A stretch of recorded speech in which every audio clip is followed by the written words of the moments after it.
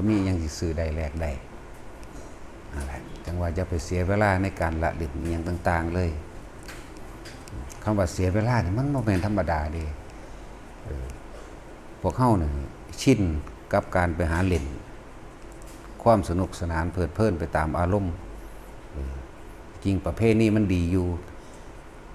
ประเภทนี้นั่นน่ะประเภทนี้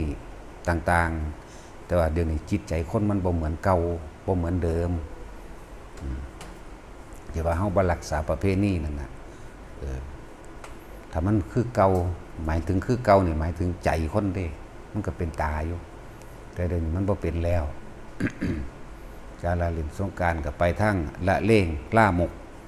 จับแจมจับก้นกันแล้วก็เต้นโชว์เปื่อยหลายๆอย่างบ่ได้เป็นนั่นแหละคือว่าเฮ็ดให้เกิดราคะโทสะเสียมากกว่านะเขาเลยบ่ได้สนับสนุนไปในทางนั้นแต่มันเหมือนคือเก่าๆเขาเป็นเด็กหน่อยอยู่มันก็ไข่อยู่ดีเอาพระลงมาสงน้ำเอากระดูกพ่อแม่หรือว่าเป็นบ้านร่วมญาติ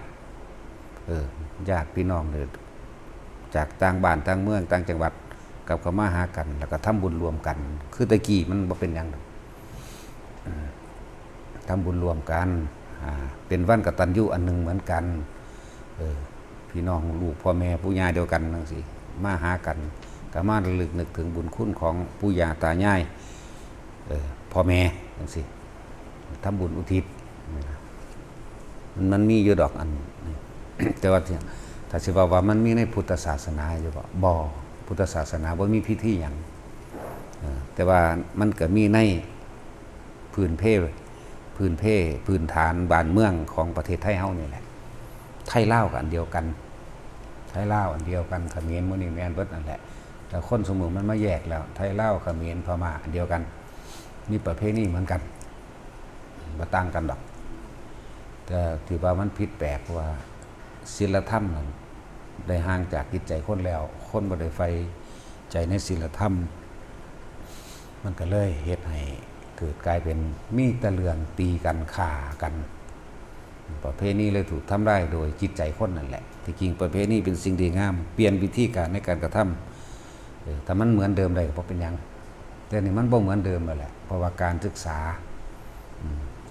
าโดยวัฒนธรรมประเพณีหรือว่าวิชาหน้าที่พลเมืองวิชาพุทธศาสนาวิชาประวัติศาสตร์ชาติไทยอย่างสิถูกลบเลือนไปแล้วคนบ่รู้จักความแล้วฉะนั้นจึงบ่จำเป็นเสียเวลาดอกนี่แหละจังว่าเฮามาร่วมกันทำแบบนี้ดีกว่าได้บุญมากกว่าบุญคือความสงบเย็นสงบภายนอกคือเฮานั่งนิ่งๆอยู่เดี๋ยวนี้นะบ่ได้กังวลบ่ได้ร้อนอีหยังนี่สงบภายนอกเป็นบุญภายนอก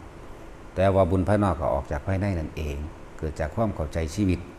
เข้าใจธรรมชาติเข้าใจธรรมะบ่ดิ้นรนกัดแกว่งเข้าใจ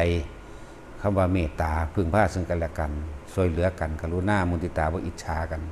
วางจิตเป็นกลางคืออุเบกขานี่ตั้งหากที่ว่าบุญก็ดีภายนอกย่อมออกจากภายในการละเล่นซุมื้อนี่มีแต่ไปทางข่มเหงรังแกแล้วก็ลามกเอาเปรียบและอังแล้วก็เป็นการโชว์ยังกับบ่รู้ล่ะเยอะแยะนะเฮ็ดให้เกิดความโทสะเฮ็ดให้เกิดโมโหใส่กันเฮ็ดให้เกิดหลายๆอย่างนะจะเสียเวลาเลย เหมือนดังว่าที่คำว่าพวกเฮาเข้าใจแต่ว่าสัมภเวสีบุคคลผู้แสวงหาที่เกิดที่จริงก็เป็นเปรตชนิดหนึ่งเด้ที่มาขอส่วนบุญที่มาขอพึ่งพาอาศัยขอได้อยู่ใกล้ขอได้ลมเย็นของที่ก็ขอให้ได้กินอาหารมั่งจังซี่นะเพราะว่าเปรตชนิดนั้นบ่ท่านอาจสามารถรับได้แต่ว่าใส่ความพิเศษใส่อำนาจหรือพุทธบารมีหรือบารมีของครูบาอาจารย์องค์นั้นเพื่อให้เขาได้กินเปรตตนนี้เป็นเศรษฐีมหาเศรษฐีมีสมบัติ180 โกฏเมามั่นกับการละเล่นต่างๆเปรตตนนี้ตกข้างมาตั้งสมัยพระพุทธเจ้าวิปัสสีอันนี้เฮาเว้าเรื่องของเฮาเลยล่ะบ่เว้าเรื่องของผู้อื่นปานใดหรอกมันบ่ฮู้จักเคยเป็นญาติกัน เมามันกับการละเล่นตามประเพณีเมามันกับการบูชายันเมามันกับกว่าสิมาเป็นเปรตได้ตกนรกอยู่พอแห้งเด่นเรียกว่าหาพระพุทธเจ้า6พระพุทธเจ้าเหรอเด้จึงขึ้นมาเป็นเปรตนี่ตอนนี้ละจะเป็นเปรตชนิดหนึ่งแต่พอเขาจะเข้าใจว่าเป็นสัมภเวสีซึ่งเป็นซื่ออื่นบ้านแหละเขาก็บอกเรื่องเล่าของว่าความเสียเวลาได้เกิดกับพระพุทธเจ้าแท้ๆแต่ว่าอาศัยในวัดว่าในวัดหรือว่าสถานธรรมนั้นเขาไปแทรกซ้อนในการจัดงานจักว่าจัดงานแต่สิเว้าบ้านก็คือจัดหมอลำหรือจัดเป็นที่ขายของเป็นที่สถานที่บันเทิงรื่นเริงคมเหงมุพะภิกษุที่อยู่ในที่เป็นเจ้าอาวาสผู้บาอาจารย์แถวในวัดนั้นนั่นแหละมันมาคิดได้เมื่อสายไปแล้วส่วนมากนะอันนี้เป็นเรื่องจริงๆแต่เราเห็นเองแต่ก็จริงสำหรับเฮาล่ะเว้าให้ฟังบ่ได้เว้าให้เชื่อมีสมบัติ180โกฏแล้วก็แพร่กระจายการละเล่นของเจ้าของออกไปสู่เมืองต่างๆนะแล้วก็ดึงคนอื่นให้มาหลงให้มาเล่นมื้อนี้ล่ะมันก็มีมาแตะเก่าดังเดิมอยู่ดอกคำว่าสงกรานต์เฮาได้ยกคำว่าสงกรานต์มาใส่ซื่อๆจริงๆมันมีมาอยู่แตะเก่านั่นแหละทางบ่แม่นประเพณีพุทธศาสนาแต่มันมีโดยพื้นบ้านโดยพื้นเมืองมีอยู่แต่ก็บ่แม่นแค่นี้ หลายๆอย่างอย่างเช่นการออกพรรษาจังซี่เพิ่นนี่ก็พาหมู่จัดงานลื่นเริงบันเทิงเด้เพิ่นนี่อยู่นำเฮาเดี๋ยวนี้แหละอยู่นำเฮาเดี๋ยวนี้ล่ะพากันจัดงานลื่นเริงบันเทิงอิหยังก็สร้างที่มีวันสำคัญในพุทธศาสนาต่างๆนี่เพิ่นสิแทรกซ้อนโดยการจัดงานลื่นเริงบันเทิงเพราะคนมันมักกว่านั่นแหละจึงบอกว่าอย่าไปเสียเวลาเลยกับการละเล่นชีวิตเฮาผ่านมานี่ครึ่งนึงนี่เสียเวลาไปกับการละเล่นชินกับการสนุกสนานเพลิดเพลินชินกับการสนองอารมณ์แต่คนเฮามันก็พอใจไปทางต่ำแต่ว่าตัวเองเข้าใจว่าตัวเองดีพอใจไปในทางนั้นทางสนุกสนานมวลซืนโห่แซวพอใจเป็นทางการดูหนังฟังเพลงหมอลำหมอร้องบ่ได้ต่างกันเด้สมัยพุทธเจ้าองค์ใดก็เลยเป็นลักษณะเดียวกันเบิดนี่แหละปลายสมัยก็ค่อยย่อนย่านลงไปทางพระธรรมเพราะว่าคือเคลือบแฝงด้วยไสยศาสตร์ถือเคลือบแฝงด้วยถูกโกหกเรื่องลิดเด็ดถือแค่เคลือบแฝงด้วยว่าให้อธิษฐานขอเอาอันนั้นอันนี้ถือคิดว่านะถูกเอาใจหรือว่าภิกษุผู้นักบวชทั้งหลายที่บ่เข้าถึงธรรมก็เลยกระทำตามหมู่ชาวบ้านมันก็เลยถือครอบงำโดยสิ่งเหล่านี้คือพวกเฮาเป็นอยู่เดี๋ยวนี้แหละในบ้านเมืองเฮาเป็นอยู่เดี๋ยวนี้รุ่นนั่นรุ่นนี่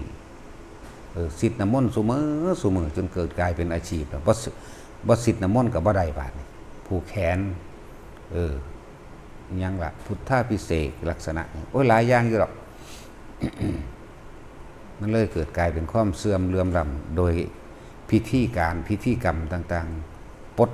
ปิดบังพระธรรมนั่นแหละคนเลยเข้าใจว่าศาสนาเล่งไปที่พิธีการศาสนาเล่งไปที่สถานที่นวัตถุ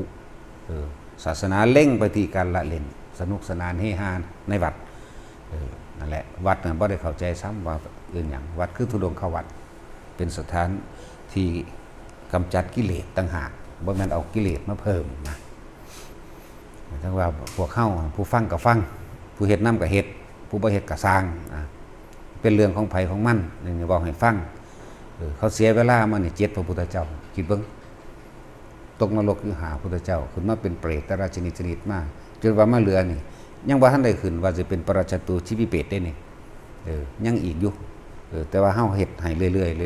อยๆถ้าได้ก็ได้บ่ได้ก็สร้างในตอนเป็นปรัชตูชีวิเปรตเพื่อสิเปลี่ยนภพใดพวกนี้จังสิเปลี่ยนภพใดเด้จริงๆบุญบ่ค่อยมีปานใดเพิ่นนี่ใส่ของเก่าไปในทางที่ทำร้ายตนเองใส่ทรัพย์สมบัติตลอดทั้งเวลาหรือความร่ำรวยรูปร่างหน้าตาที่เจ้าของเฮ็ดมานั่นไปในทางที่ทำร้ายตัวเองหลอกลวงผู้อื่น 7พระพุทธเจ้าตกนรกพระพุทธเจ้าเฮาเนี่ยคอยสักคอยขึ้นมาคอยขยับขึ้นมานั่นแหละแต่บ่แม่นผู้เป็นญาติก็เอากันยากอยู่เด้นั่นแหละคำว่าญาตินี่ญาติโดยกรรมกับแม่นเคยกระทำรวมกันก็ว่าแต่ว่าเฮาบ่เคยแนะนำว่าให้ไปละเล่นแนวหมู่นี้